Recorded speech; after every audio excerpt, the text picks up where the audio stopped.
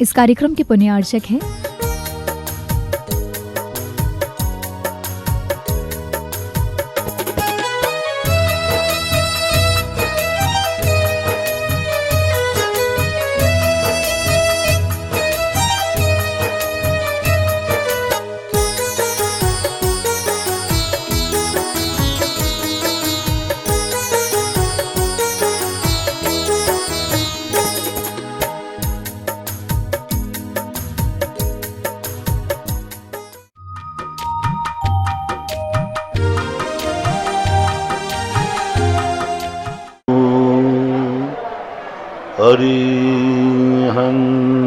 अरिहन्तार्णं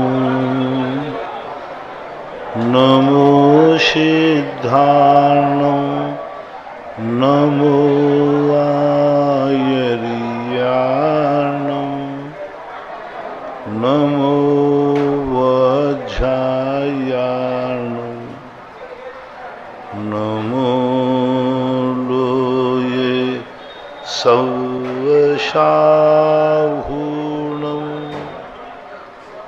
पंच परमेष्टि भगवान की आचार्य श्री गुरुवर कुंद कुंद महाराज की जय। आचार्य श्री गुरुवर विद्यासागर महाराज की जय।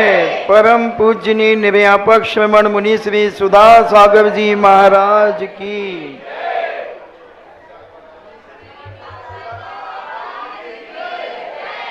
इंजीनियर महेंद्र कुमार जैन झांसी से पूछते हैं, नमोस्तु महाराज जी, प्राकृतिक आपदा में सामूहिक जो मृत्यु का क्या कारण हो सकता है? सामूहिक कर्मबंध। लोग जितने राग द्वेष आदि भाव होते हैं सब सामूहिक तो ज़्यादा करते हैं। शायद द्वेष भाव हो, झगड़ा होता है तो सारा परिवार सारे रिश्तेदार एक हो जाते हैं और एक होकर के एक साथ कर्म का बंध करते हैं। ऐसे ही राग द्वेष सभी में जानना चाहिए। गृहस्थ सामूहिक राग द्वेष ज़्यादा करता है तो उदय भी सामूहिक रूप से ज़्यादा आते हैं। कल्पना जैन झांसी से पूछती हैं, नमोस्तु महाराज जी, जीवन को पुण्यमय बनाने के लिए कौन से व्रत उपवास आदि करना चाहिए?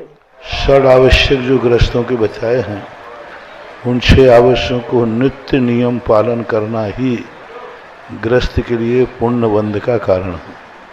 अर्पिता जैन धांधला से पूछती हैं, नमोस्तु महाराज जी, वेदना के प्रतिकार और आर्तबोध ध्यान, इनमें क्या अंतर है?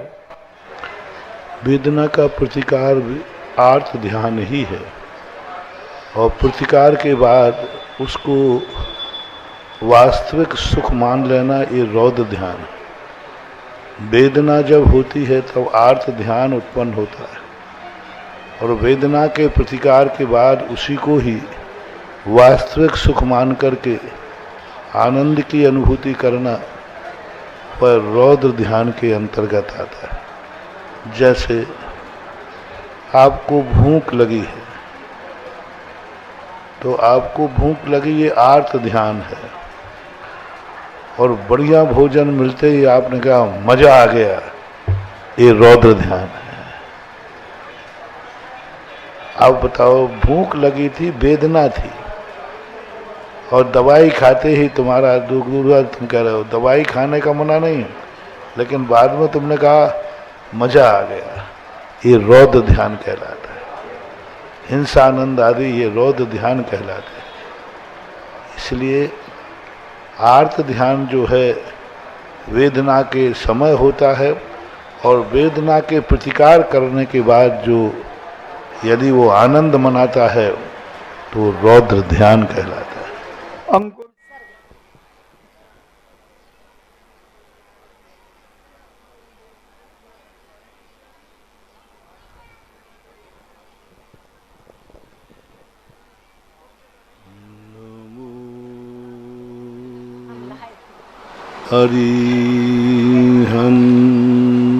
अरिहन्तार्णं नमो सिद्धाण नमो आयर्याण नमो वज्रायाण नमो लोये शवसाहूर्णम।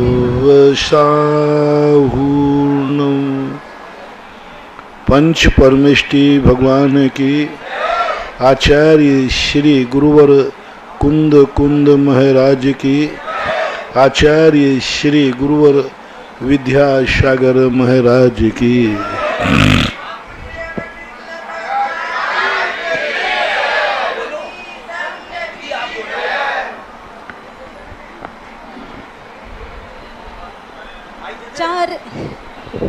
हेलो हेलो, अच्छा।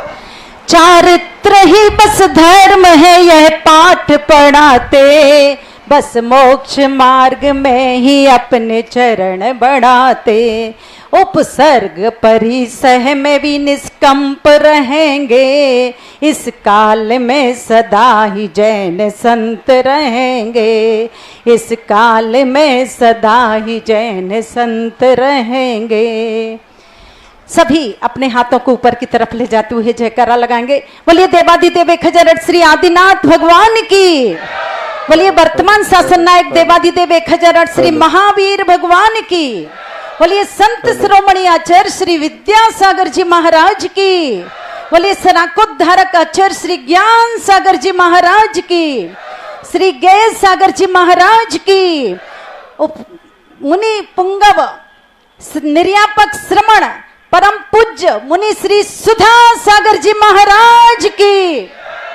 यद्यपि लोगों के अंदर जिज्ञासाएं अनेक प्रकार की उभर रही हैं कि आज का जिज्ञासा समाधान का कार्यक्रम कहाँ होगा, पर क्या विधि का विधान लिखा होता है यह हमारे और आपके ज्ञान का विषय नहीं है।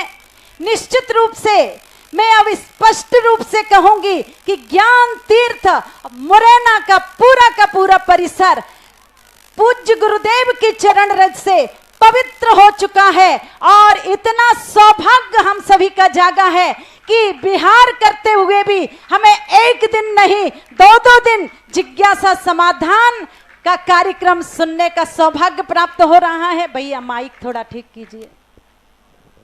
आइए चलते हैं पूज्य गुरुदेव के मुखारविंद से मानस पटल पर उभरती हुई जिज्ञासाओं का समाधान प्राप्त करने के लिए सर्वप्रथम महिला मंडल की अध्यक्ष श्रीमती मुन्नी साहू जी मुरैना से अपने बीच में है, वह अपनी जिज्ञासा रखेंगी और इसके पश्चात श्रीमती ममता जैन मुरैना तैयार रहेंगी।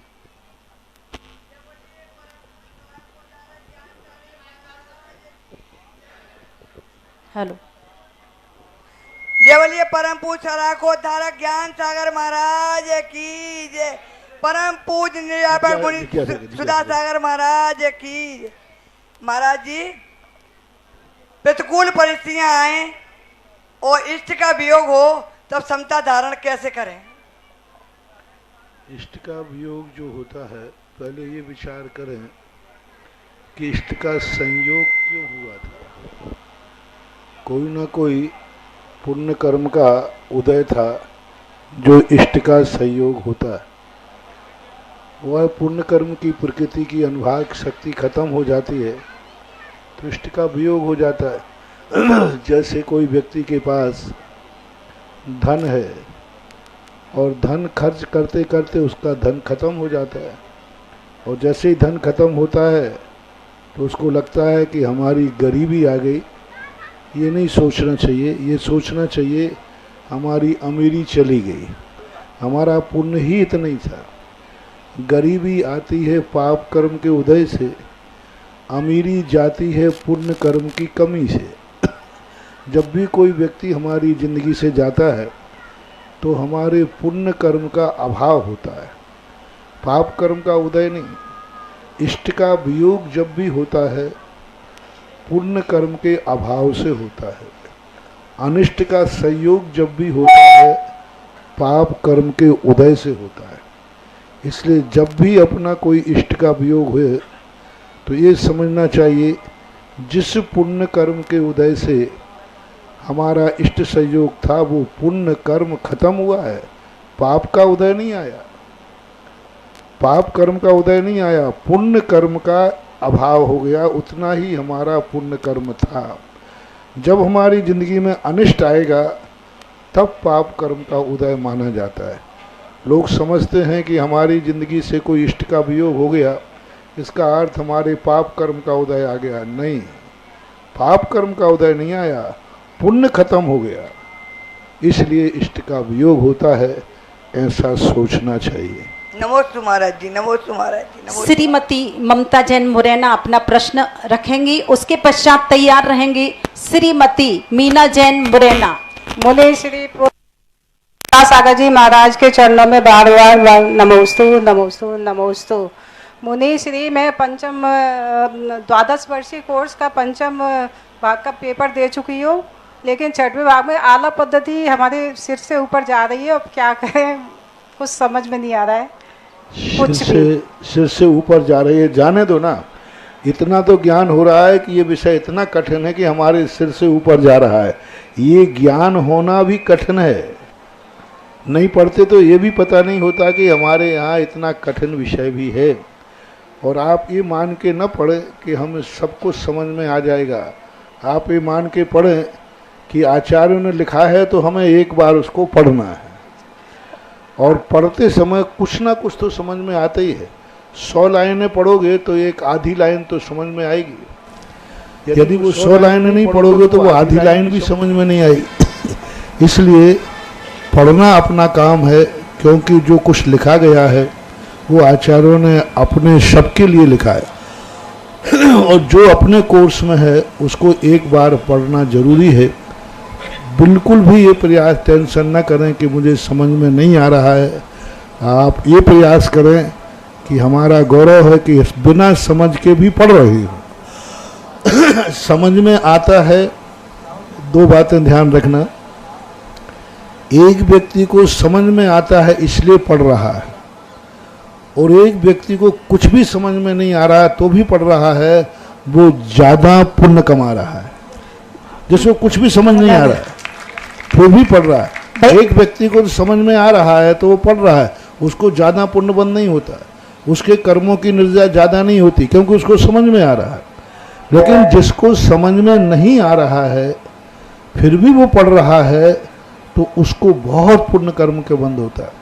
जिसको नमोकार मंत्र समझ में आता है, नमोकार मंत्र शुद्ध उच्चारण होता है, अर्थ भी समझ में आता है, उसको आज तक नमोकार मंत्र की सिद्धि नहीं हुई। नमोकार मंत्र की उसको सिद्धि हुई जिसको कुछ भी समझ में नहीं आया फिर भी नमोकार मंत्र के लिए वह तैयार हो गया, उसको सिद्धि हुई। सेठ को सुने, सेठ को नमोकार मंत्र समझ में आ रहा था कि 5 परमेष्टि हैं, 5 पद हैं, 35 अक्षर हैं, 58 मात्राएं हैं, ये सब समझ में आ रहा था सिर्फ, उसको सिद्धि नहीं हुई। लेकिन अंजन चोर को कुछ भी समझ में नहीं आया, कुछ भी, ये भी नहीं आया कि नमो अरिहंताणम शब्द क्या है। उसके बावजूद भी उसने नमोकार मंत्र को सिद्ध करने के लिए संकल्प किया, उसको नमोकार की सिद्धि हो गई। इसलिए जिनको कुछ भी नहीं समझ में आ रहा हो वे पढ़ें, उनको नियम से सिद्धि होगी, समझ में आने वालों से ज़्यादा अच्छी होगी। महाराज श्री नवनीत भैया जी हमें बहुत अच्छे से पढ़ा रहे हैं। वो नवनीत भैया जी हमें बहुत अच्छे से पढ़ाते हैं। हाँ, शाम को क्लास लगती है। तुम्हें अच्छे से पढ़ा रहे हैं तो हमने भी तो उनको अच्छे से पढ़ाया है। हाँ, सांगानेर संस्थान में 5 साल तक उनके लिए कितनी मेहनत की। बेनाडा जी थे, शीतल प्रसाद जी थे, और भी लोगों ने, सबने पढ़ाया है। और सब लोग समय पर मेरे पास भी आते थे, तो उनको अच्छी तरह पढ़ाया है, इसलिए बहुत अच्छा। मुरैना में सबसे अच्छा 12 वर्षीय कोर्स की क्लासें चल रही हैं, ऐसा मुझे समाचार मिला। और नवनीत जी इसमें बहुत रुचि कर रहे हैं। ये सारा का सारा जो 12 वर्षीय कोर्स है, ये सारे स्नातक ही चला रहे हैं। सारे भारत में स्नातक हैं और वे इसको स्वयं के स्वाध्याय के साथ सबको करा रहे हैं। बहुत अच्छा। अभी मुरैना की संख्या और बढ़ाओ प्रत्येक घर के सदस्यों को द्वादश वर्षीय कोर्स पढ़ना है। हाँ, 600 घर में अभी 100 लोग सरल लोग हैं, 500-600 लोग पढ़ें तब बहुत अच्छा लगेगा।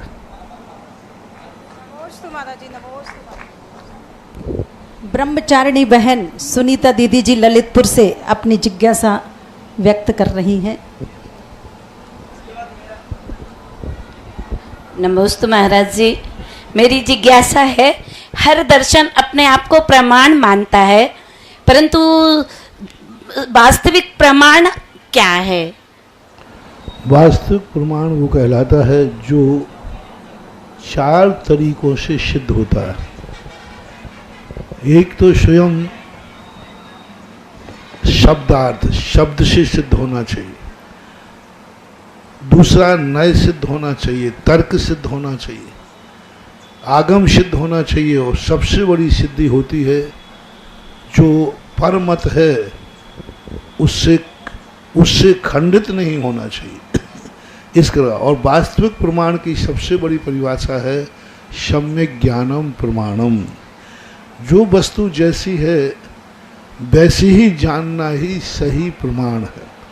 अब रही बात सिद्धि की, तो हर दर्शनकार अपने आप को प्रमाण कहता है, लेकिन वो स्ववचन बाधित होता है। स्ववचन बाधित इसलिए होता है क्योंकि वो प्रमाण है ही नहीं। जब वो स्ववचन बाधित होता है तो प्रमाण की कोटि में वह नहीं आता। इसलिए जैनागम ने एक ही बात कही है, जो प्रत्यक्ष और परोक्ष दोनों प्रमाणों से बाधित न हो वही प्रमाण माना जाता है। ब्रह्मचारी भैया महावीर भैया अपनी जिज्ञासा प्रस्तुत करेंगे और उसके पूर्व ब्रह्मचारिणी बहन मंजुला दीदी जी अपनी जिज्ञासा व्यक्त करेंगी।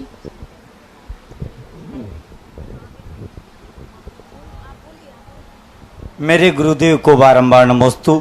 महाराज श्री, ये एक मतलब कि पूर्वाचार्य जो आगम युक्त हैं, जिनकी की ख्याति और उनकी आगम की बात पूरा पूर्व आचार्य ने मानते आए हैं, यदि उनकी वाणी में कोई त्यागीवर्ती या कोई ब्रह्मचारी या कोई विद्वान कोई गलती निकालता है या उन पे कोई आक्षेप लगाता है तो उस अवर्णवाद या उसका क्या दोष लगेगा? नमोस्तु महाराज श्री।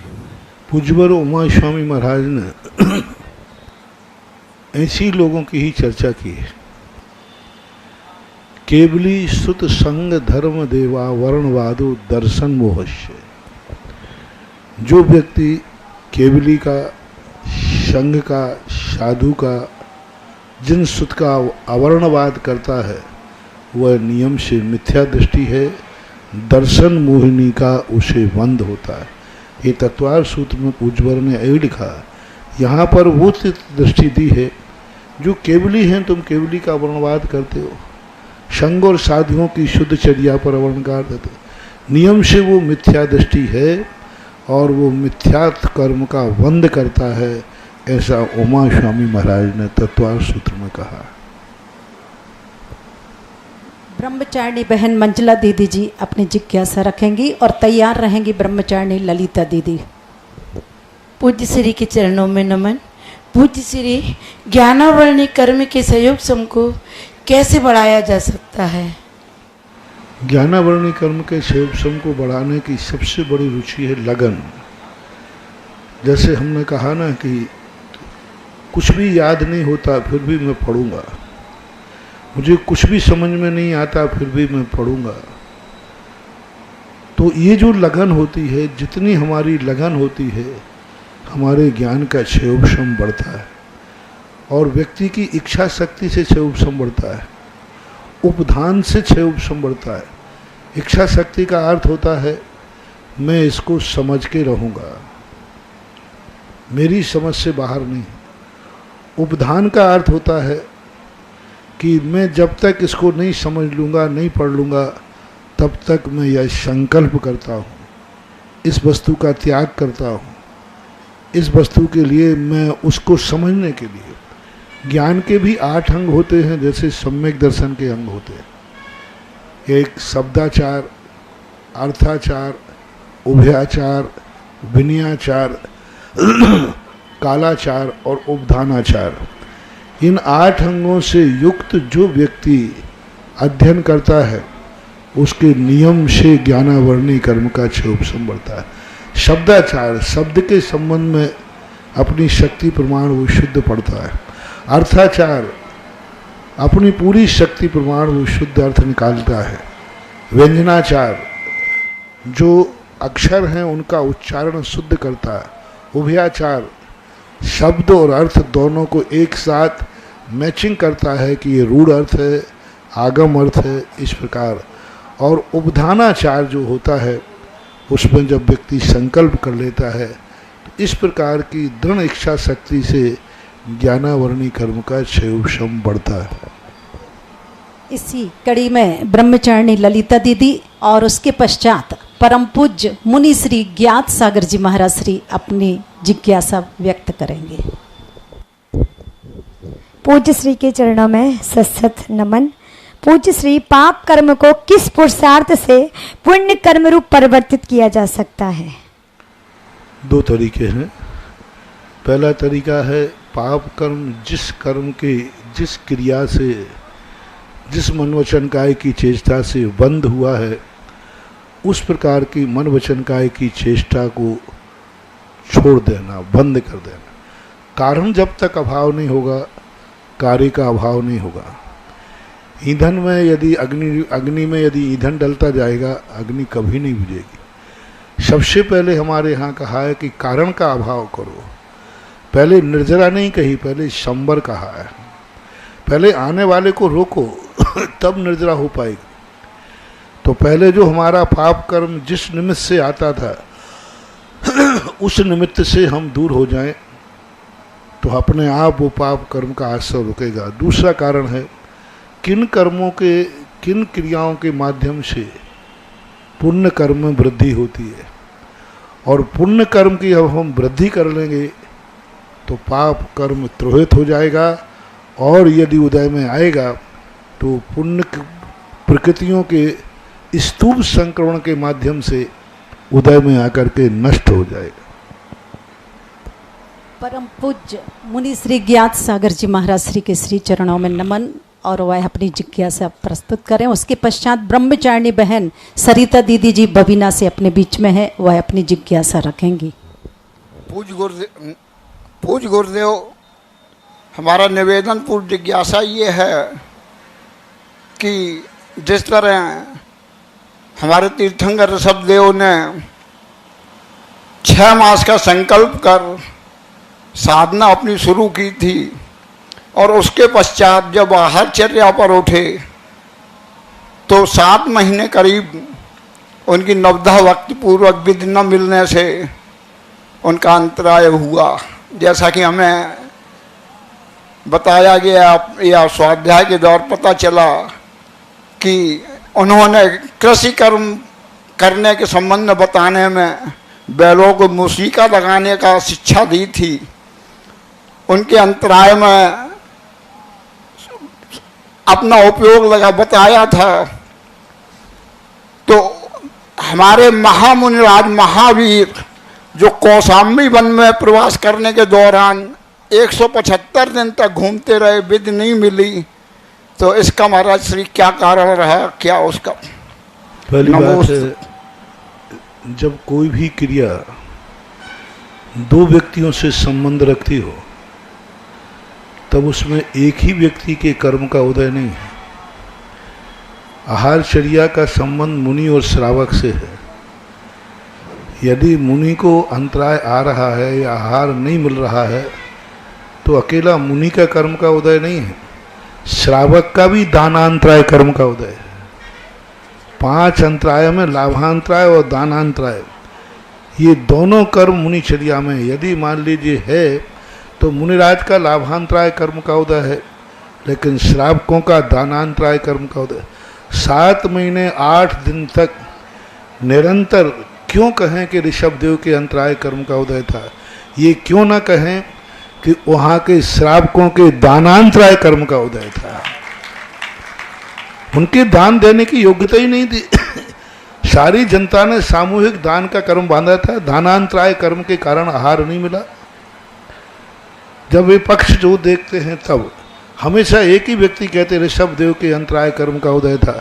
अरे सारी जनता के दानांतराय कर्म का उदय था, और दानांतराय कर्म इतनी सारी जनता ने कैसे बांधा था उसका इतिहास गायब है। अब रही बात ऋषभ देव की, जो कृषि का उपदेश दिया इसलिए उनको अंतराय कर्म बंद नहीं हुआ।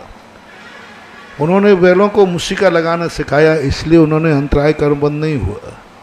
मैंने कल भी कहा था कि कोई व्यक्ति अपनी गृहस्थी संबंधी कार्य करता है तो वो पापी नहीं है, पाप नहीं करता, वो पापानुबंधी पुण्य नहीं है उसका। जैसे मैंने कहा खेती कर रहा, व्यापार कर रहा है, बैल के लिए वो गाड़ी में जोत रहा है, बैल की सुविधा के लिए वो मुख में बांध रहा है, अपनी सुरक्षा के लिए, इतने मात्र से अंतराय कर्म नहीं बंद होता है। एक माँ अपने बेटे को दूध में पानी मिलाती है तो उसको अंतराय कर्म का बंद नहीं होता है।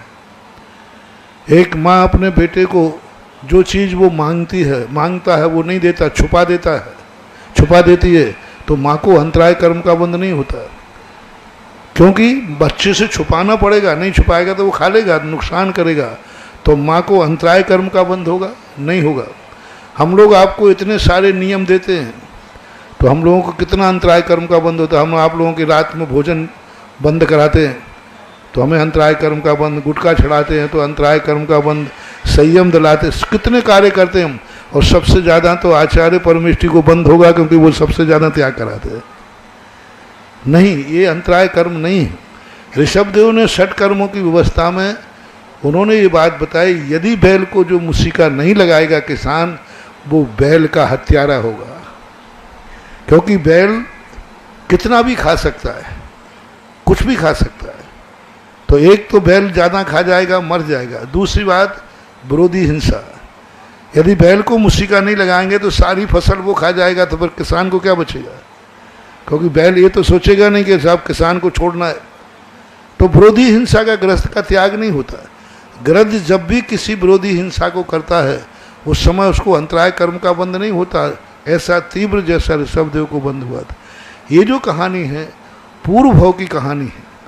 पूर्व भव में उन्होंने कसाय बस बैल के प्रति क्रोध करके कसाय करके उसको बांधा, तुझे मैं खाने नहीं दूंगा। उसने कोई उद्दंडता की थी, तो वो जो कसाय बस मुसिका बांधा था उस कारण से उनको अंतराय पड़ा।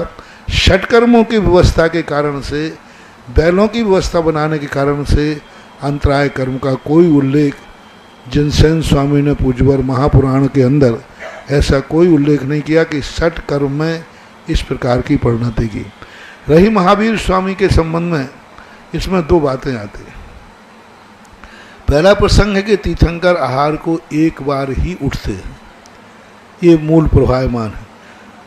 पूज्यवर गुणभर आचार्य महाराज ने महावीर स्वामी के लिए और भी आहार के लिए उठाया। आदिनाथ भगवान के संबंध में हरिवंश पुराण के अंदर भी उनको आहारचर्या अन्य स्थानों पर भी कराई। तो ये दूसरे मत के अनुसार वो जो आहारचर्या को उठे, अब उनके संबंध में कौन सा कर्म उन्होंने बांधा था, किस कर्म का उदय आया था, ये जिनवाणी में आगम का उपदेश नहीं मिलता है। बहुत सारे तीर्थंकरों को, जैसे पारसनाथ को 10 भाव तक कौन से कर्म के उदय से कमठ से बैर बंधा, किस कर्म के उदय से 10 भाव तक वो दुख भोगते रहे, तो ये इतिहास आगम में उपलब्ध नहीं है। ऋषभ देव का तो उपलब्ध है, जो मैंने कहा। ब्रह्मचारिणी बहन सरिता दीदी जी बबीना से अपने बीच में वह अपनी जिज्ञासा रखेंगी। उसके पश्चात श्रीमती मधु भाभी जी मुंबई से अपने बीच में है, वह तैयार रहेंगी। परम पुरुष मुनिश्री के चरणों में, परम पुरुष चरणों में बारंबार वंदन नमन। मुनिश्री जी, सम्यक दर्शन को चारों अनुयोगों से कैसे समझे? सम्यक दर्शन चारों अनुयोगों से ही होता है। जब भी कोई सामान्य व्यक्ति व्यापार करता है तो उसकी इच्छा होती है कि जो व्यापार मैं करने जा रहा हूँ मेरे से पहले किसी ने किया है कि नहीं। वह व्यक्ति कुशल नहीं माना जाता जो अनजाने रास्ते पर चल जाता है। अनजाना रास्ता, अनजाना कि अनजाना भक्ष अभक्ष की कोटि में आता है। जिस फल के संबंध में हम नहीं जानते हैं, यदि वो फल हम खाते हैं तो हमें अभक्ष का दोष आता है। अनजान फल भली शुद्ध है लेकिन हमारे ज्ञान से परे है तो वो अभक्ष की कोटि में आता है। अनजाने रास्ते पर यदि हम चलते हैं तो हमारी बहुत बड़ी भूल है। पूज्यवर प्रमेय रत्न मालाकार ने एक सूत्र दिया, अनभ्यस्त विषातु परतः अभ्यस्त विथातु सुतः। अनभ्यस्त जो विषय होता है वो हमेशा दूसरे से पूछ करके आलम्बन लेकर करना चाहिए। इसी प्रकार हम जिस मार्ग को अपना रहे हैं, जिस सम्यक दर्शन को अपना रहे, सबसे पहले प्रसंग होना चाहिए क्या मेरे पहले कोई इस मार्ग पर गया है, और वो गया है तो वो कैसा था, वो गया है तो उसके साथ क्या घटित हुआ, वो गया है तो क्या सफलता मिली कि नहीं मिली। ये सारी जानकारी किए बिना यदि वो सम्यक दर्शन की तरफ बढ़ता है तो वो चूक कर रहा है। इसलिए प्रथमान योग हमें वह सारी कलाएं सिखाता है कि तुम्हारे जाने के पहले जो जा चुके हैं उनका आलम्बन लीजिए। करणान कर्म सिद्धांत की अपेक्षा से जब हम देखते हैं तो कर्मों का क्षय उपशम हुए बिना हम कितना भी अतीत के सम्यक दृष्टियों का ज्ञान कर लें तो हमें सम्यक दर्शन नहीं होगा जब तक कि हमारे कर्मों का क्षय उपशम नहीं होगा। और त्रिलोक रचना की सृष्टि के संबंध में जब तक हम सम्यक रूप से निर्णीत नहीं होंगे तब तक नहीं हो सकता। चरणान योग के अनुसार पूज्यवर समंत्र भद्र महाराज ने लिखा, नहीं मंत्रोक्षरन न्यूनो निहंति विष वेदनाम। यदि वो 8 अंगों का पालन नहीं करता है तो वह सम्यक दर्शन विकलांग माना जाता है। इसलिए आचरण रूप से चरणान योग से हमें सम्यक दर्शन के संकेत निकांक्षित आदि निर्विचिकित्सा आदि अंगों को हमें पालन करना चाहिए।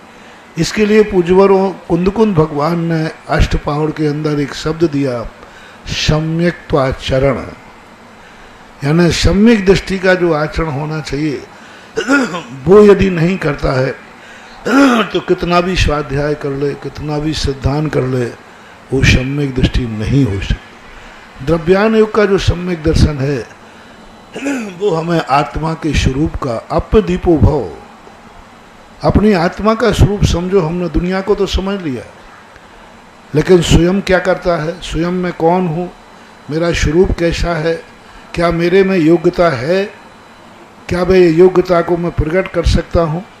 ऐसे द्रव्यान योग के अनुसार जो जहाँ सम्यक दर्शन उत्पन्न होता है उसका स्वरूप क्या है, जहाँ सम्यक दर्शन जिस आत्मा में उत्पन्न होता है उसका त्रिकाली स्वरूप क्या है।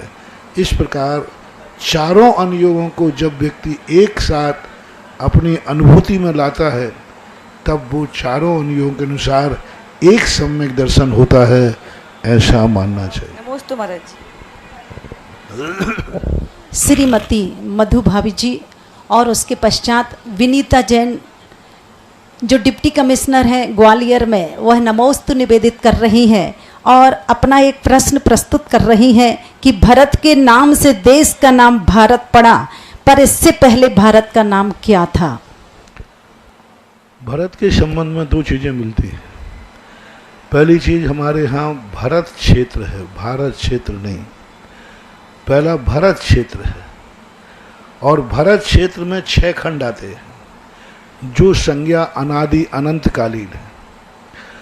और जब हम किसी भी वस्तु में से एक टुकड़ा निकालते हैं तो संस्कृत में एक अण प्रत्यय होता है, अपत्यार्थ अण। तो अण प्रत्यय क्या करता है, भरत से पूर्व अक्षर की वृद्धि कर देता है, भारत बन जाता है। यानी भरत देश पूरे 6 खंड का है। जब 6 खंड में से हमने एक खंड को अलग निकालने की बात कही तो भरत से भारत की उत्पत्ति हुई। दूसरा प्रसंग ये आता है कि प्रथम चक्रवर्ती कुछ लोगों ने किया, मूल में तो नहीं मिला, क्योंकि त्रिकाल जो तीर्थंकर 63 सलाका पुरुषों में तीर्थंकरों के तो मात्र त्रिकाल मिलते हैं नाम, लेकिन त्रिकाल चक्रवर्तियों के नाम नहीं मिलते। त्रिकाल 63 सलाहकार पुरुषों के नहीं, तीर्थंकरों के तो मिलते हैं, भविष्य के 24, अतीत के 24, वर्तमान के 24, लेकिन अतीत और भविष्य के चक्रवर्ती कौन है ये नहीं मिलता। लेकिन कुछ लोगों ने ऐसा प्रयास कहा है कि भारत देश का प्रथम चक्रवर्ती नियम से भरत नाम से ही होता है, इसलिए इसको भारत देश कहते हैं। तीसरा प्रसंग है कि भारतवर्ष जो शब्द है यह बहुत अर्वाचीन है, इस युग की देन है। मूल रूप से इसको आर्यखंड बोलते हैं। आर्यखंड के नाम से जैनाचार्यों ने जो भी चर्चा की है अतीत में आर्यखंड के नाम से की है, इसलिए आर्यखंड के रूप में भारत देश इस युग के अनुसार बन जाएगा। ये 3 दृष्टिकोणों से भारत शब्द पर विचार करना चाहिए। श्रीमती मधु भाभी जी और उसके पश्चात तैयार रहेंगी श्रीमती राजकुमारी जैन करैया से। नमोस्तु गुरुदेव, दोनों महाराज जी के चरणों में नमोस्तु। महाराज जी, मेरी जिज्ञासा है कि जब भरत चक्रवर्ती के इतने मुनि भक्त थे कि वे बिना आहार दिए आहार ही नहीं करते थे, भोजन नहीं करते थे, तो उनके रहते हुए आदिनाथ जी की इतनी अंतराय क्यों हुई? उन्होंने पड़गान क्यों नहीं किया या किसी को विधि बताई क्यों नहीं? ये क्यों कहते हैं कि विधि नहीं जानता था कोई? भरत चक्रवर्ती को भी ज्ञान में नहीं था। बिना मुनियों के आहार देने की बात जब आती है तब अक्षय तृतीया के बाद उन्होंने लिया है। पूज्यवर जिनसेन स्वामी महाराज ने और एक भरतेश वैभवकार हुए हैं रत्नाकर कवि, उन्होंने इस बात का उल्लेख किया कि भरत चक्रवर्ती, बाहुबली आदि ये अवधज्ञानी थे, नाभिराय अवधज्ञानी थे, सौधर्मेंद्र अवधज्ञानी था, फिर भी 6 महीने से किम कर्तव्य विमूढ़ हो गए। वे ऐसा किम कर्तव्य विमूढ़ हो गए कि जनता के दानांतराय कर्म ने और भगवान के लाभांतराय कर्म ने सब लोगों की बुद्धि विभ्रम कर दी। कांख में छोरा गांव में ढिंडोरा वाली बात हो गई। स्वयं अवधज्ञान लिए बैठे हैं और सबसे पूछते पड़ते हैं क्या बात हो गई, भगवान को क्या चाहिए। तो कर्म का तीव्र उदय से वो अवधज्ञान भी भूल गए और उनको मालूम भी नहीं था उस समय। जब भगवान का आहार हस्तिनापुर के अंदर हुआ, जब भरत चक्रवर्ती को ये ज्ञात हुआ कि ऐसे इस कारण से आहार नहीं हुआ, तब भरत चक्रवर्ती ने नियम लिया कि हम मुनियों के आहार की बेला को टाल करके ही आहार ग्रहण करेंगे, जिससे भविष्य में ऐसी गलती न हो जाए कि भगवान आहार को निकलें और हम नवदा भक्ति न जाने। शुरू से उनकी ये विधि नहीं थी। पूज्यवर रविशरण महाराज ने पद्म पुराण के अंदर स्पष्ट उल्लेख किया कि प्रथम बार जब ऋषभदेव समोषण में जाकर के पहुँचते हैं, उस समय जाकर के उन्होंने इस विधि के संबंध में विस्तार रूप से जाना और जान करके फिर आकर के व्यवस्थाएं बनाई। लेकिन भरत चक्रवर्ती ने नियम जो ले लिया था, हस्तिनापुर में जब आखातीत को आहार हुआ उसके बाद से नियम था, उसके पहले ये नियम नहीं था। राजकुमारी जैन करैया से और उसके पश्चात अपनी जिज्ञासा रखेंगे रमेश जैन कुंभराज, जो अपने बीच में गुना से आए हुए हैं।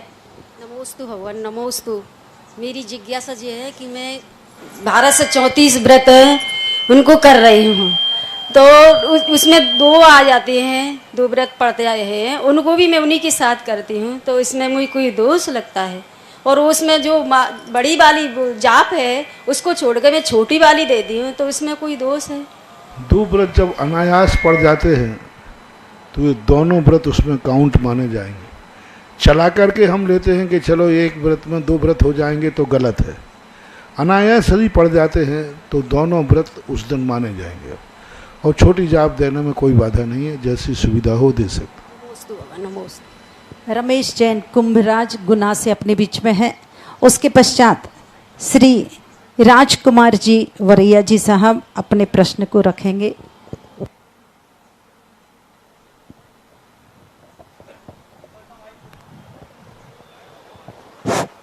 गुरुवर नमोस्तु नमोस्तु नमोस्तु। गुरुवर, वर्तमान परिवेश में हम अभिभावकगण अपने बच्चों को पढ़ने के लिए या जॉब के लिए निरंतर घर से बाहर भेज रहे हैं। इस स्थिति में देखा जा रहा है कि सभी बच्चे धर्म से विमुखता की ओर जा रहे हैं।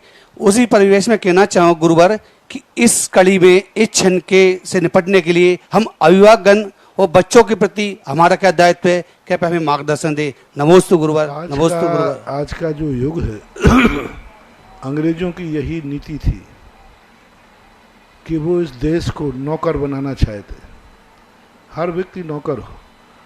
और ऋषभ देव ने हमेशा एक ही बात कही, तुम सेठ बनो, नौकर नहीं। अब सेठ कोई बनना नहीं चाहता, नौकर बनना चाहते हैं, तो क्या किया जाए। आजीविका के बहुत सारे साधन बताए, लेकिन ऋषभ देव ने कहीं नौकरी को नहीं लिया आजीविका में। यहाँ तक कि शिल्प बता दिया, शूद्र बना दिया, ब्राह्मण क्षत्रिय वैश्य बनाने के वर्ण की व्यवस्थाएं कर दी, लेकिन उन्होंने कहीं भी नौकरी के लिए आजीविका का कोई उपदेश नहीं दिया। यहाँ तक कि मटके घड़े बनाना सिखा दिया, बहुत छोटे छोटे शिल्प करना सिखा दिया, लेकिन नौकरी के लिए कहीं आजीविका का उपदेश ऋषभदेव ने नहीं दिया था। कुछ ना कुछ कारण था। पूज्यवर शांति सागर महाराज कहा करते थे, उत्तम खेती मध्यम वान, जघन नौकरी भीख निदान। क्योंकि नौकरी वाले में व्यक्ति को दासता की अनुभूति होती है, और दासता से व्यक्ति का जो स्वाभिमान है, जो एनर्जी है, विल पावर है, वो सदा उसका डाउन रहता है, क्योंकि उसको किसी अधीनता के कारण से भय बना रहता है, और भय से, नियम से अंतरंग का जो विल पावर होता है वो खत्म होता है। एक सब्जी वाला भी अपना ठेला लगाता है, वो उस ठेले का मालिक है। एक सब्जी वाला भी ठेला लगाता है, वो उस ठेले का मालिक है। और एक बहुत करोड़, एक एक करोड़ रुपया कमा रहा है, तो भी वह नौकर है। तो नौकर और मालिक में, तो ऋषभदेव तो कहते थे भली तुम एक ठेले पर सब्जी लगाओ, लेकिन मालिक बन के जियो, नौकर बन के नहीं। ये हमारी नीति थी। अब आज वर्तमान में पाश्चात्य संस्कृति से हर चीज़ नौकर हो गई, यहाँ तक अनर्थ कर डाला। जो हमारा गुरु पद था लौकिक शिक्षा का, साधु जीवन का, लौकिक गुरुओं को भी राजा में सम्मान मिलता था, आज लौकिक सारे गुरुओं के लिए कर्मचारी की कोटि में रख दिया। टीचर किस कोटि में आते हैं? कर्मचारी में। जब ज्ञान देने वाला ही कर्मचारी होगा तो समझ लो दुनिया का क्या हाल होगा। तो ये जो स्थितियां हैं, इसके संबंध में आज लोग फैशन बन गया है नौकरी करने का, कि नौकरी में कोई टेंशन नहीं, सीधा वेतन लाओ, ऑफिस जाओ, ऑफिस के बाद फ्री है। अब उस मकान में, उस फैक्ट्री में आग लगे तो, कुछ भी लगे तो टेंशन, नो टेंशन। इस कारण से लोग अपना एक स्वाभिमान खो रहे हैं। तो अब ये व्यवस्थाएं आज के पाश्चात्य युग की तरफ है। मैं तो सदा कहता हूँ, जिस व्यक्ति को मौका मिले वो सेठ बने, नौकर नहीं। नमोस्तु गुरुवर, नमोस्तु। श्री राजकुमार जैन बरैया मुरैना से, उसके पश्चात श्री एस.के. जैन अध्यक्ष अतिशय क्षेत्र बजरंगगढ़, जिसको पुण्योदय नाम दिया गया है।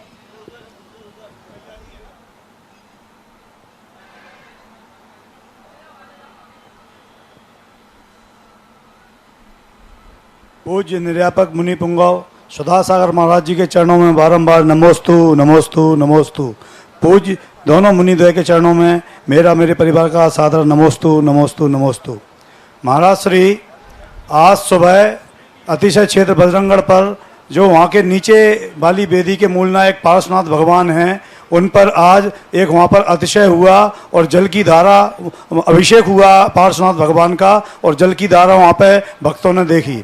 महाराज जी, मेरा जो इसमें प्रश्न है वो प्रश्न ये है, महाराज जी हमारे देश में कई सारे मंदिर हैं, कई अतिशय क्षेत्र हैं, सिद्ध क्षेत्र हैं।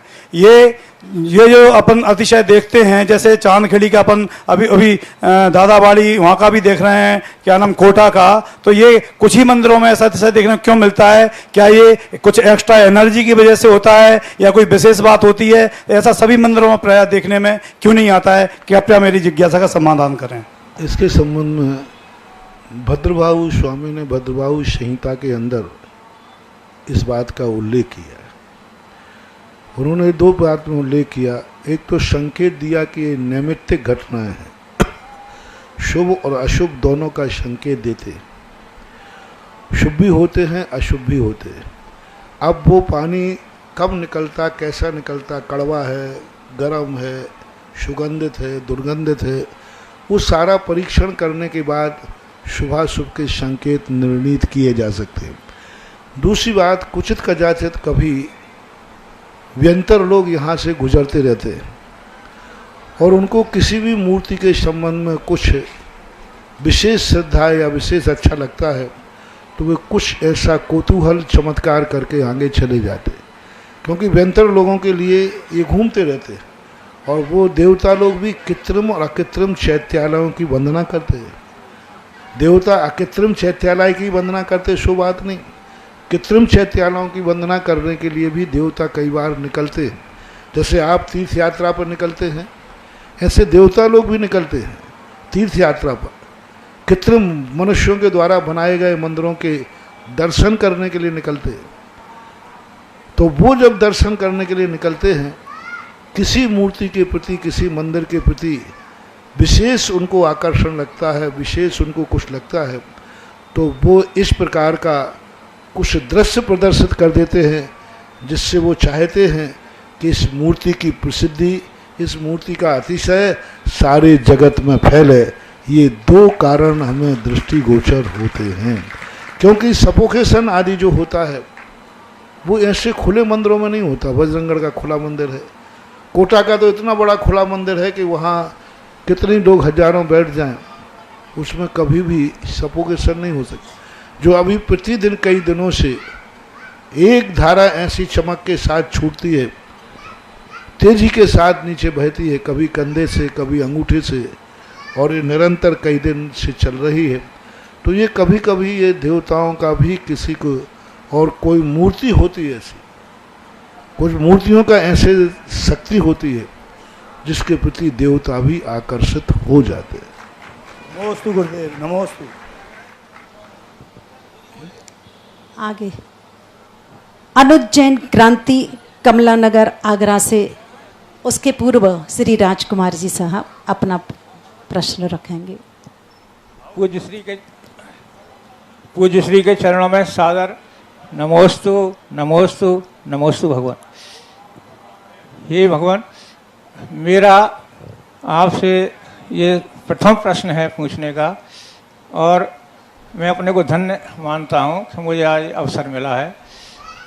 हे महाराज श्री, मैं सन 2013 से आपसे जुड़ा हूँ और गुना में आपका श्रावक शिविर लगा था, उससे महाराज मैं 12 वर्षीय का 6वीं उसमें अध्ययनरत हूँ। मुरैना में नवनीत शास्त्री जी के साथ अध्ययन करते हैं हम लोग, और 6वें अध्याय का पुरुषा सिद्धि उपाय का स्वाध्याय करते समय आश्रम में हमने जाना कि जीव प्रत्येक समय एक कर्म को छोड़कर, आयु को छोड़कर के 7 कर्मों का आश्रय प्रति समय होता रहता है।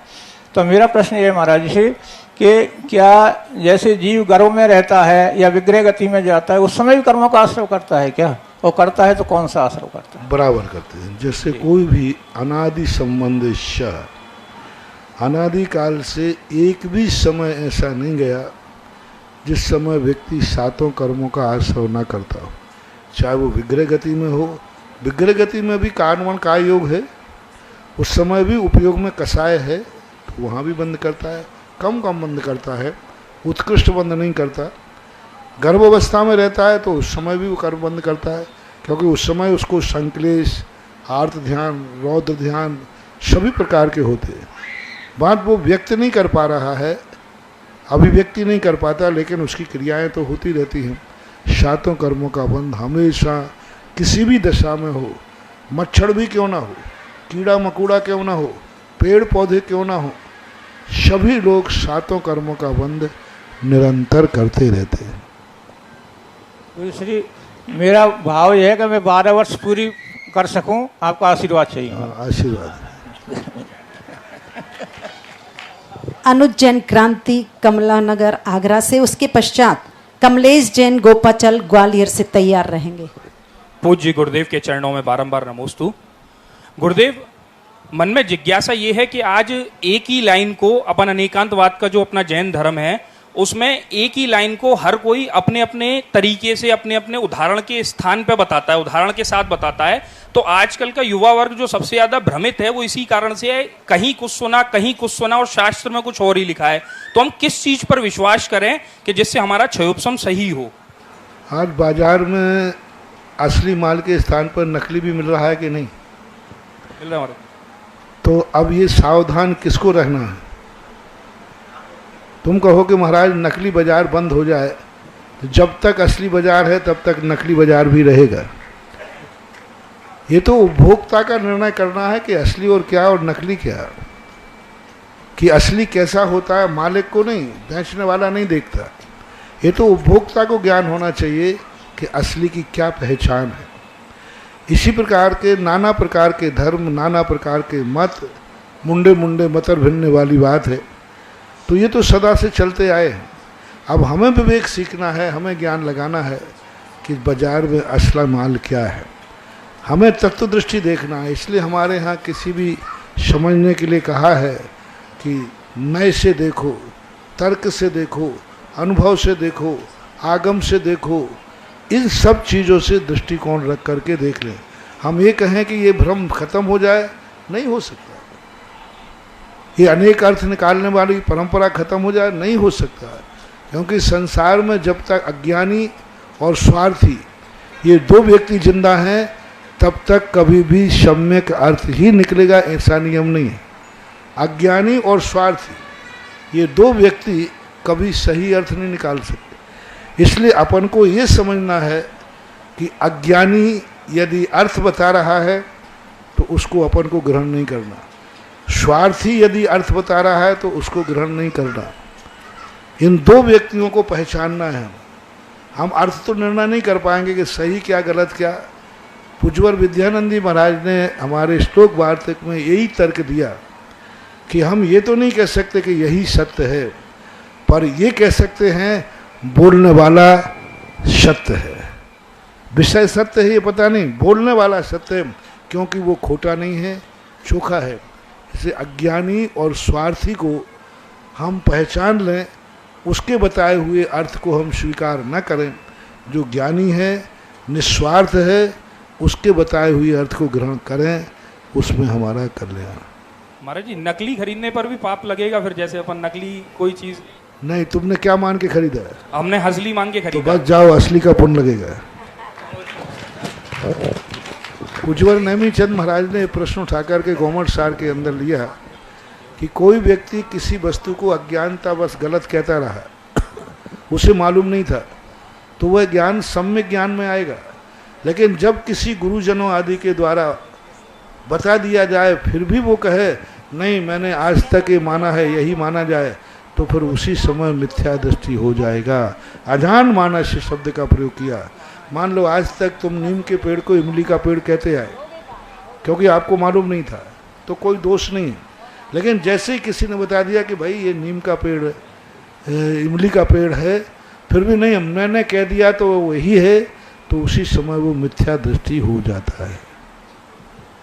श्री 108 सुधासागर महाराज जी के चरणों में मेरे परिवार एवं गोपालचल परिवार की ओर से नमोस्तु नमोस्तु नमोस्तु। महाराज जी, मैं गोपालचल पे छोटे मंदिर में 12 महीने पूजन करता हूँ।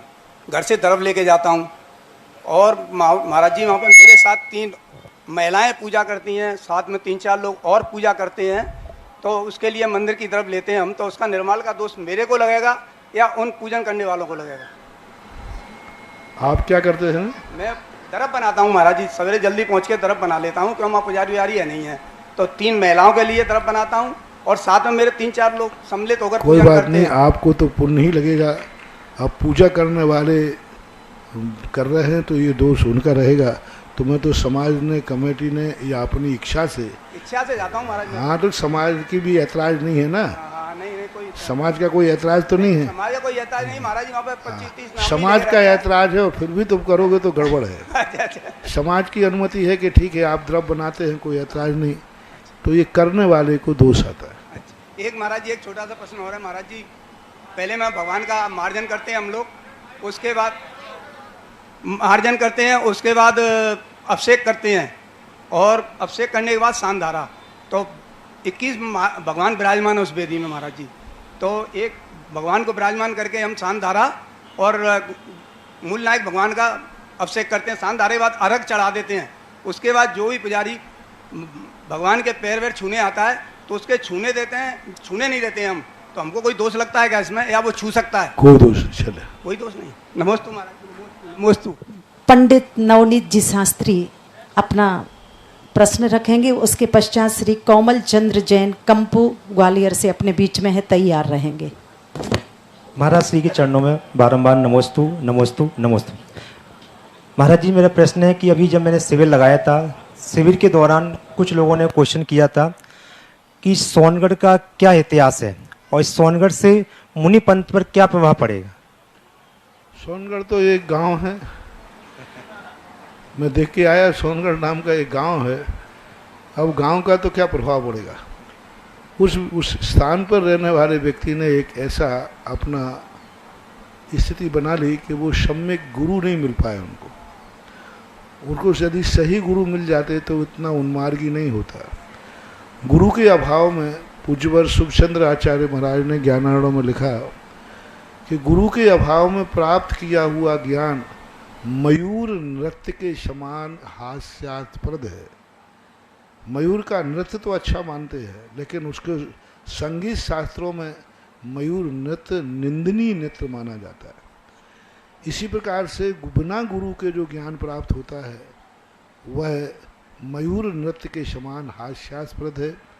सोनगढ़ से जो विचारधारा प्रकट हुई वो दिगंबर जैन धर्म के आगम बाय है, आर्ष परंपरा के विरुद्ध है, समीचीन नहीं है, और उसका मूल कारण है कि वह उसे गुरु की शरण नहीं मिल पाई या वो गुरु की शरण प्राप्त नहीं कर पाया। इसलिए उस विचारधारा से अपने आप को बचाना चाहिए, अपने आप को उस विचारधारा से अपने लोगों को बचाना चाहिए, क्योंकि वो अनार्ष परंपरा है, आर्ष परंपरा नहीं है। श्री कोमल चंद्र जी जैन कंपू ग्वालियर से, उसके पश्चात भाई विजय जी तैयार रहेंगे। नमोस्तु गुरुदेव। मेरा प्रश्न ये है गुरुदेव, मैं रोजाना आपसे पूजन नियमित करता हूँ, मंदिर में स्वाध्याय भी करता हूँ, लेकिन जब व्रतों को पालने की बात आती है, संयम को पालने की बात आती है, तो दृढ़ता नहीं ला पाता। मैं व्रत उपवास नहीं कर पाता। व्रत उपवास नहीं कर पाना अलग चीज है और नहीं करना अलग चीज है। नहीं कर पाते हो तो कोई बात नहीं, लेकिन ये तो नहीं है कि व्रत उपवास बेकार है। नहीं सर, करता हाँ तो बस चलेगा। फिर जितनी शक्ति है, शक्ति तस् त्याग, शक्ति के अनुसार त्याग होता है। कोई डायबिटीज भी है महाराज जी, तो उस वक्त ढीलापन आ जाता है, दृढ़ता नहीं ला पाता। पूज्य श्री, साधकों के जीवन में विषमता के क्षण आते हैं, उन क्षणों में क्या साधक तुरंत क्षमता के माध्यम से समाधान ले लेते हैं या कभी कभी मन विचलित हो जाता है? आगम के अनुसार आर्त ध्यान छठे गुण स्थान तक है। आर्त ध्यान जब छठे गुण स्थान तक है तो नियम से आगम कहता है कि विचलित तो होते हैं। रौद्र ध्यान को पंचम गुण स्थान तक कहा, लेकिन आर्त ध्यान जिसमें 4 आर्त ध्यान होते हैं, पीड़ा चिंतन, इष्ट वियोग, अनिष्ट संयोग और निदान, इनमें निदान को छोड़ दिया गया। छठे गुण स्थान में 3 ध्यान होते हैं, पीड़ा चिंतन, इष्ट वियोग, अनिष्ट संयोग। जब ये 3 चीजें आती हैं तो विचलित होता है मन। जैसे उसको पीड़ा की वेदना हुई, कोई गर्मी सर्दी आदि कोई भी प्रकार की, तो वो पीड़ा चिंतन करता है, विचलित भी होता है। इष्ट वियोग अनिष्ट संयोग होता है तो होता है, लेकिन वह उसका विचलितपना इतने अल्पकाल के लिए होता है कि वह तुरंत थोड़ी देर के लिए विचलित हुआ और तत्व दृष्टि से पुनः वो स्थिर हो जाता है। आर्त ध्यान का काल छठे गुण स्थान का, छठे गुण स्थान का काल कितना सा है? छठे गुण स्थान में जितनी देर रहेगा उतना ही विचलित है। एक क्षण बाद तो उसको सप्तम गुण स्थान में जाना है और सप्तम गुण स्थान में जाते ही वह विचलितपना खत्म हो जाता है। इसलिए इतना अल्पकाल होता है उनका विचलित होना, जैसे किसी ने गाली दी, कोई अटैक किया, थोड़ी देर के लगेगा अच्छा ये बुरा कर रहा है, तुरंत वो तत्व दृष्टि से करेगा अरे ये तो परिचय है, मुझे निर्जरा का कारण बन रहा है। तो आएगा विचलितपना तो जब ध्यान वहाँ तक है। आर्त ध्यान तो तीर्थंकरों को भी होता है। आगम के अनुसार छठे गुण स्थान में तीर्थंकर भी आते हैं, और तीर्थंकरों को आर्त ध्यान से रहित नहीं किया। गणधर परमेष्ठी हैं, तीर्थंकर हैं, इनके भी आर्त ध्यान होता है, लेकिन वो आर्त ध्यान का समय इतना अल्प होता है कि वो तुरंत उसको धर्म ध्यान में परिवर्तित कर देते हैं। विजय जी अपना प्रश्न रखेंगे, उसके पश्चात नीतू जैन मुरैना तैयार रहेंगे। बोलो आचार्य श्री विद्यासागर जी महाराज की जय, आचार्य श्री ज्ञान सागर जी महाराज की जय, मुनि श्री सुधा सागर जी महाराज की जय। महाराज जी के चरणों में नमोस्तु नमोस्तु नमोस्तु। महाराज श्री, जो कमेटियां होती हैं, अध्यक्ष मंत्री, जो भी कमेटियां, जिम्मेदार व्यक्ति जो होते हैं, मंदिर बनवाते हैं, कोई निर्माण कराते हैं, उस समय पे वो काफी कहीं पेड़ कटवाते हैं, कहीं नींव खुदवाते हैं, ये सारा पाप कमाते हैं। उसका उनको दोष लगेगा या नहीं लगेगा? जैनागम ने पाप की परिभाषा जिसको आप कह रहे हैं, जो पाप के लिए किया जाए, संसार के लिए किया जाए, वह पाप है, आरंभ है। जो धर्म के लिए किया जाए, धर्म के लिए, वो पाप नहीं है, वो पुण्य की कोटि में आता है। वही व्यक्ति जब मकान की नींव खोद रहा है उतनी ही गहरी, तो वो संसार के लिए खोद रहा है, वो आरंभ है। वही व्यक्ति जब मंदिर के लिए नींव खोद रहा है तो संसार के लिए नहीं खोद रहा है, संसार को नाश करने की खोज रहा है, तो उस समय वो पुण्य बंद कर रहा है। जिस समय वो नींव मंदिर के, क्योंकि अभिप्राय क्या है उसका, मंदिर की नींव खोदना। एक व्यक्ति जल भर रहा है अभिषेक का, वहाँ जीवों को बाधा होती है, लेकिन उसका अभिप्राय क्या है, कर्मों की नजरा धर्म के लिए। तो इस प्रकार की जो धार्मिक क्रिया, हाँ अनर्थ दंड नहीं करेगा, व्यर्थ में नहीं करेगा, यदवा तदवा नहीं करेगा, लेकिन मंदिर के लिए आदि करते हैं। धर्म कार्य के लिए किया हुआ आरंभ पाप की कोटि में नहीं आता है, क्योंकि उसमें उद्देश्य क्या है, धर्म। दूसरी बात, जो अल्प थोड़ा बहुत बंद होता भी है, तो पूज्यवर समंतभद्र महाराज ने लिखा, शावद लेशो बहु पुण्य राशो। थोड़ा सा अल्प कर मंद होगा उसको, क्योंकि वहाँ क्रिया तो हुई है, लेकिन वो अल्प बंद इतना कम होगा, दोषाय नालम कणिका विशस्य। जैसे समुद्र में कोई एक जहर की बूंद डाल दे तो क्या वो पानी जहरीला हो जाएगा? क्योंकि पानी कितना है, बहुत ज़्यादा। तो शावद लेशो बहु पुण्य राशो दोषाय नालम कणिका विशस्य। तो थोड़ा सा जहर के समान उसको दोष लगता है, लेकिन मंदिर निर्माण का जो पुण्य है वो समुद्र के समान भारी होने से वह कोई मायना नहीं रखता, ऐसा मानना चाहिए। गुरुदेव, हर व्यक्ति दान देता है, कोई भोजनालय के लिए, कोई मंदिर के लिए, कोई धर्मशाला के लिए, कोई श्री जी के लिए। ये सारा दान उनका उन्हीं में जाता है। जब अपन एक्स्ट्रा काम कराते हैं, जैसे सुलभ कॉम्प्लेक्स बन रहा है या बाउंड्री वॉल कर रहा है, उसमें दान किसका लगता है? वो दान, मैंने कहा, ये अंग कहलाते हैं। सबसे निकृष्ट अंग नीचे का है, जहाँ से गंदगी निकलती है। उस शरीर को भी तुम साफ करते हो कि नहीं करते? कि गंदे के स्थानों क्यों समय कि मुंह धोते हो अकेला? मुंह अच्छा स्थान है ना, तो मुंह को धोते हो ये हाथों से। इन हाथों से आप अभिषेक पूजन करते हो कि नहीं? भोजन करते हो कि नहीं? और थोबड़ा धोते हो कि नहीं? और उसी से जब पोटी जाते हो तो नीचे का स्थान धोते हो कि नहीं? क्यों धोते हो? ये शरीर के अंग हैं, उनकी शुद्धि के बिना आपका मुख शुद्धि ठीक नहीं है। इसी प्रकार ये सुविधाएं आदि जो हैं उसी के अंग माने जाते हैं। उनके बिना कितनी गंदगी हो जाएगी, कितना अनर्थ हो जाएगा। यदि वो नहीं बनाओगे तो सारा प्रांगण गंदा होगा। यदि आप कम महोत्सव आदि में उनको सुविधाएं नहीं बनाओगे तो आप लोग कहाँ लघु संज्ञा करोगे? लघु संज्ञा रोक लोगे क्या? चलो मैं ये व्यवस्था बनाता हूँ, एक आज से ज्ञान तीर्थ से शुरू करता हूँ। ज्ञान तीर्थ में आज के बाद किसी तीर्थ में सुविधाएं नहीं होंगी। बस आप नियम ले लो, तीर्थ की बाउंड्री के अंदर सुसु नहीं करोगे। आप सुसु रोक के दिखा दीजिए, हम व्यवस्था बना देंगे। आपकी इतनी हो कि भाई पंचकर्णाक में जाएंगे, कोई सुविधाएं मत बनाओ, क्योंकि हम कोई सुसु नहीं जाएंगे। बोलो, जो व्यक्ति तीर्थ यात्रा पर तीर्थ के अंदर आएगा 24 घंटे यहाँ रहेगा और वो सुसु नहीं जाएगा और पोटी नहीं जाएगा, ये नियम आप ले सकते हैं। तो आप नियम लेंगे तो आपको जाने वाले को सोचना है, बनाने वाला तो व्यवस्था ही कर रहा है। नमस्ते गुरुदेव, नमस्ते नमस्ते। देखिए, बहुत सारी जिज्ञासाओं रह गई हैं, परंतु समय हो रहा है। नीतू जैन अंतिम जिज्ञासा प्रस्तुत करेंगी, उसके पश्चात आरती का कार्यक्रम यहाँ पर होगा। पूज्य श्री को त्रिवन नमोस्तु पाठशाला की सभी बहनों की तरफ से और हमारी परिवार की ओर से, महाराज श्री, हमारे मुरैना में 3 पाठशाला चलती हैं। अब इस पाठशाला को कैसे आगे बढ़ाएं, और अभी हमने सागर नहर से भैया जी के माध्यम से उसे जोड़ दिया गया है, तो इस पाठशाला को आगे बढ़ाने के लिए क्या प्रयास करें जिससे बच्चों में इंटरेस्ट आए और उनके पेरेंट्सों में भी इंटरेस्ट जागे? आज पाठशाला को हमें थोड़ा आधुनिकीकरण करना चाहिए। बच्चों को जितना आधुनिकीकरण करोगे, बच्चे धर्म पढ़ेंगे। बच्चों के बैठने के स्थान स्कूल जैसे होना चाहिए। आज बच्चों के अच्छे स्कूलों के प्रति रुचि बढ़ रही है, क्योंकि वहाँ अच्छी सुविधाएं हैं, अच्छी व्यवस्था है।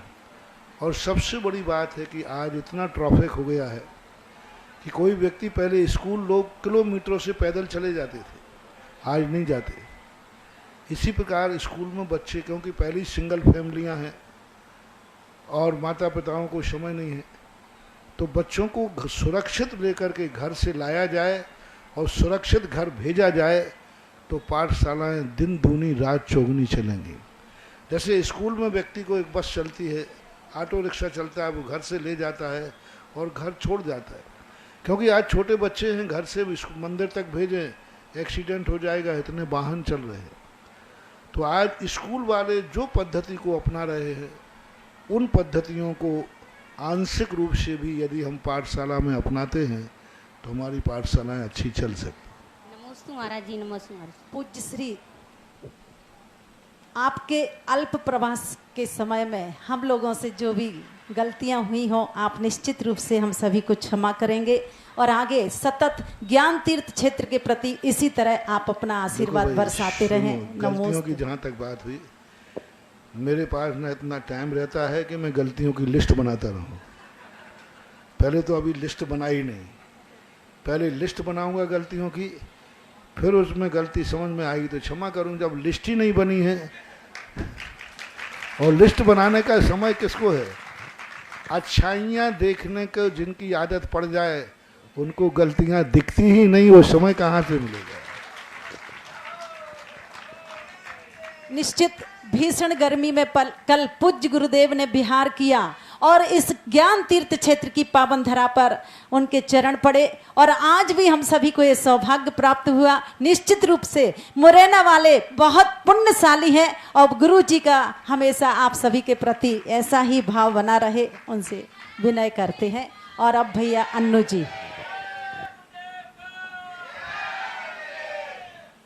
नमोस्तु भगवान, नमोस्तु नमोस्तु। इस सागर से गहरे, हिमालय से ऊंचे, इन्हें कौन बांधे, इन्हें कौन रोके, इन्हें कौन बांधे, इन्हें कौन रोके। ईश्वर है या उसकी जादूगरी है, ओ ईश्वर है या उसकी जादूगरी है। महावीर सी करुणा इनमें भरी है, जिन्हें माँ की ममता रोक न पाए, उन्हें कौन बांधे, उन्हें कौन रोके, इन्हें कौन बांधे, इन्हें कौन रोके। ये ऐसे संत हैं जो किसी के रोकने से रुकते नहीं हैं। लेकिन मुरैना वालों का एक ऐसा पुण्य मैं देख रहा हूं कि जहां मुनि श्री जी को मात्र एक टाइम रुकना था, वहां 2 टाइम हो गए। 2 टाइम के बाद आज तीसरा टाइम हो गया और कल सुबह भी आपकी होने वाली है। ऐसी मुरैना वालों ने ना जाने कैसी भक्ति दिखाई है। मुझे तो ये लग रहा है ज्यादा भक्ति दिखा दे तो चतुर्मास कहीं यहीं पर ना हो जाए। चलेगा। आज भाई कौन सौभाग्यशाली परिवारजन होंगे जो कि परम पूज्य निर्यापक श्रवण मुनि पुंगव श्री सुधा सागर जी महाराज की आज प्रथम मंगल आरती करने का सौभाग्य अर्जित करेंगे। शीघ्रता से अपनी भावना प्रेषित करेंगे। जिनकी भावना जुड़ रही है वह अपनी भावना शीघ्रता से मेरे सामने तक प्रेषित करते हुए अग्रिम पंक्ति में आते हुए आज की मंगलमय दीप के साथ में आरती करने का सौभाग्य अर्जित करेंगे। जिनकी जो भावना है अपनी भावना अवश्य हमारे समक्ष प्रेषित करेंगे। आज की प्रथम आरती करने का प्रथम सौभाग्य हमारे समस्त श्रेष्ठीगण यहाँ विराजमान हैं। चूंकि मैंने आपको पहले ही आपकी भावना बता दी कि आप लोगों का पुण्य है मुरैना वालों का, इसलिए महाराज जी को इतना समय मिला है। शीघ्रता करेंगे। जिनकी भावना बन रही है आज की प्रथम आरती करने का सौभाग्य। क्या करना है पीछे वाले अंकल जी? आज की मंगलमय आरती करने का सौभाग्य। अरे सभी आज तो खुशियां इसलिए मनाओ कि महाराज जी का आज और जिज्ञासा समाधान का कार्यक्रम आज की आप लोगों के लिए मिला है। चलेगा। महिला वर्ग चाहे तो महिला वर्ग भी आज की मंगलमय आरती में अपनी सहभागिता दर्ज कर सकती है। शीघ्रता करेंगे। जिनकी भावना जो बन रही है अपनी भावना अवश्य ही प्रेषित करेंगे। आज सुबह हमारे भंडारी जी ने प्रथम अभिषेक करने का और शांति धारा करने का सौभाग्य इन्होंने अर्जित किया है। और मैं तो चाहता हूं सुबह अपने अभिषेक शांति धारा हो गई है तो शाम को आरती में भी पीछे नहीं हटना है और आज की मंगलमय आरती करने का सौभाग्य भी अर्जित करेंगे। चलिएगा। आएंगे और अपनी भावना हमारे समक्ष जब तक व्यक्त कर रहे हैं आज की प्रथम आरती करने का प्रथम सौभाग्य।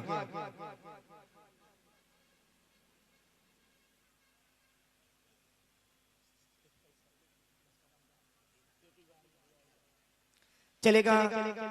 चूंकि उन्होंने सुबह मंगलमय शांति धारा की बोली ली थी और उनका भी भाव है कि आज हम ही आरती करें और उन्होंने अपने आप से स्वेच्छा से 11,000 रुपए 11,001 11,002 और 11,111 रुपए 1 2 3 और यह भी सौभाग्य आज हमारे टिकटोली के अध्यक्ष श्रीमान राजेंद्र कुमार जी भंडारी परिवार जोरदार तालियों से स्वागत करेंगे। आएंगे आज गुरुदेव की मंगलमय आरती करने का सौभाग्य अर्जित करेंगे। और भी महान भाव जिन 2 महान भाव के भाव बन रहे हो चलेगा आ जाएंगे जोरदार तालियों के साथ में। एक और आरती करने का सौभाग्य श्रीमान भैया जल्दी आओ जल्दी। हमारे श्रीमान नहीं नाम बताएं, संस्था का नाम नहीं, आप लोग अपना पर्सनल नाम बताएंगे उसके साथ हम आप लोगों को बुलाएंगे। श्रीमान अनूप कुमार जी, अंकुर जी, हर्ष जी, शरद कुमार जी जैन समस्त युवा मंडल आगरा जोरदार तालियों से स्वागत करेंगे। आएंगे आज के द्वितीय थाल से मंगलमय आरती करने का सौभाग्य अर्जित करेंगे। अंतिम थाल आज के अंतिम थाल से मंगलमय आरती करने का सौभाग्य। जिनकी भावना जुड़ रही हो एक और व्यक्ति आज 11,000 रुपए में सबसे सस्ती बोली आज मिल रही है आपको। सबसे कम दान राशि में आज की मंगलमय आरती करने का सौभाग्य। शीघ्रता करेंगे। जिनकी एक और महान भाव की भावना बन रही हो वह इस आरती के क्रम में जुड़ेंगे और आज की मंगलमय आरती करने का सौभाग्य अर्जित करेंगे। क्या करना है आगे वाले भैया जिनकी भावना बन रही हो एक और अपनी भावना अवश्य प्रेषित करेंगे। शीघ्रता करेंगे। चलेगा। आज ये सौभाग्य मुझे ऐसा लग रहा है कि हमारे समस्त मुरैना दिगंबर जैन पंचायत के जो यहाँ पर श्रेष्ठीगण उपस्थित हैं इनकी जो मेहनत मैं देख रहा हूँ 4-5 दिन से दीदी बहुत मेहनत कर रहे हैं कि महाराज जी मुरैना कैसे भी हैं रुक जाएं। शायद इन्हीं के पुण्य ने महाराज जी को रोक लिया है। मैं समस्त मुरैना वालों को एक साथ में आमंत्रित करता हूँ कि आज के तृतीय थाल से आरती करने का सौभाग्य आप करेंगे। इसके पश्चात हमारी समस्त त्यागी वृत्ति ब्रह्मचारिणी दीदी एवं भैया लोग भी आरती करेंगे। चलेगा। हम सभी लोग मिलकर करेंगे परम पूज्य निर्यापक श्रवण मुनि पुंगव श्री सुधा सागर जी महाराज की मंगल आरती।